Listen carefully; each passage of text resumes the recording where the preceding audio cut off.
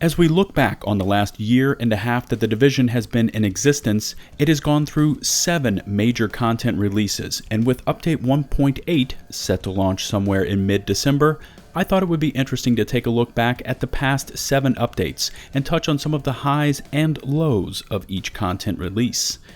Each update brought new content and meta changes, and although they were not all met with universal praise from the community, they have all contributed in some way, shape, or form to where we are now. So without further delay, let's jump right into episode 1 of this series and take a quick look back at update 1.1.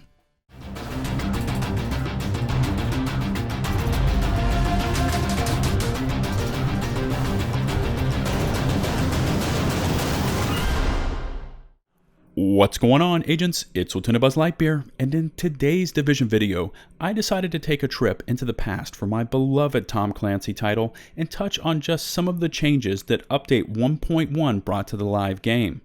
Now, I know it seems like so long ago, and just to refresh your memory, the Division launched on March 8th, 2016 for all platforms. Update 1.1 deployed on April 12th, just 1 month after its historic launch, and brought many changes to the game. Most anticipated of all these changes was the introduction of incursions and the unveiling of Falcon Lost. Essentially a horde mode style encounter, agents were tasked with surviving 15 rounds of increasingly difficult LMB as they swarmed into the large warehouse area, with the main goal being to collect the explosives and place them on the armored personnel carrier.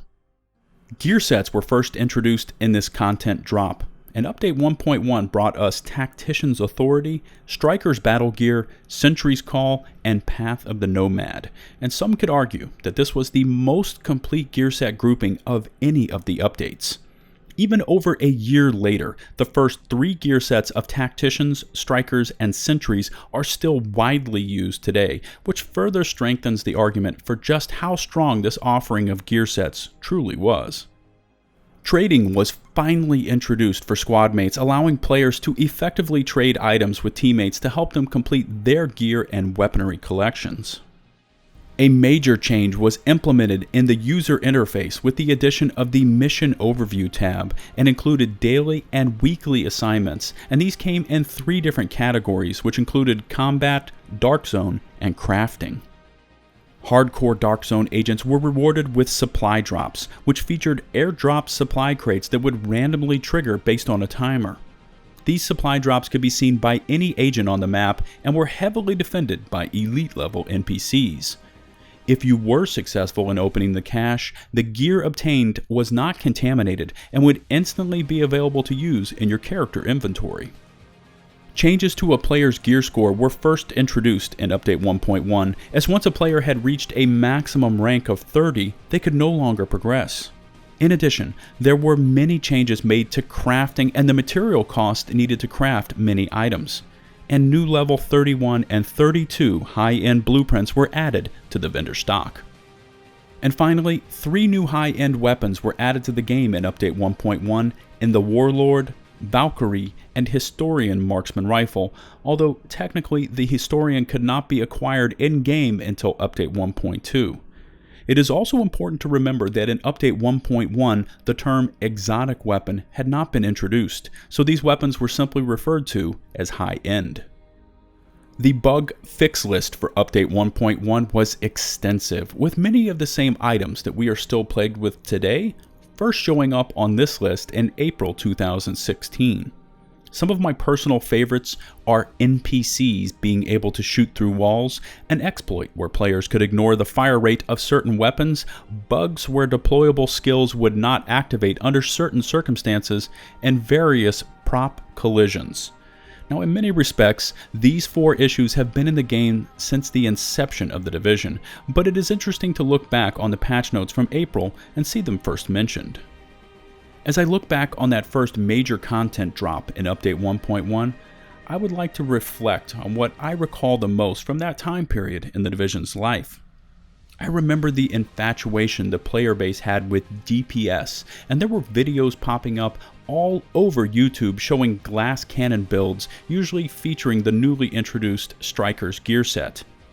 SMGs were the meta, and everybody was rocking a God-roll Vector 45 ACP with damage talents, usually paired with strikers. And it's important to remember that back in Update 1.1, the range changes to SMGs had not yet been implemented.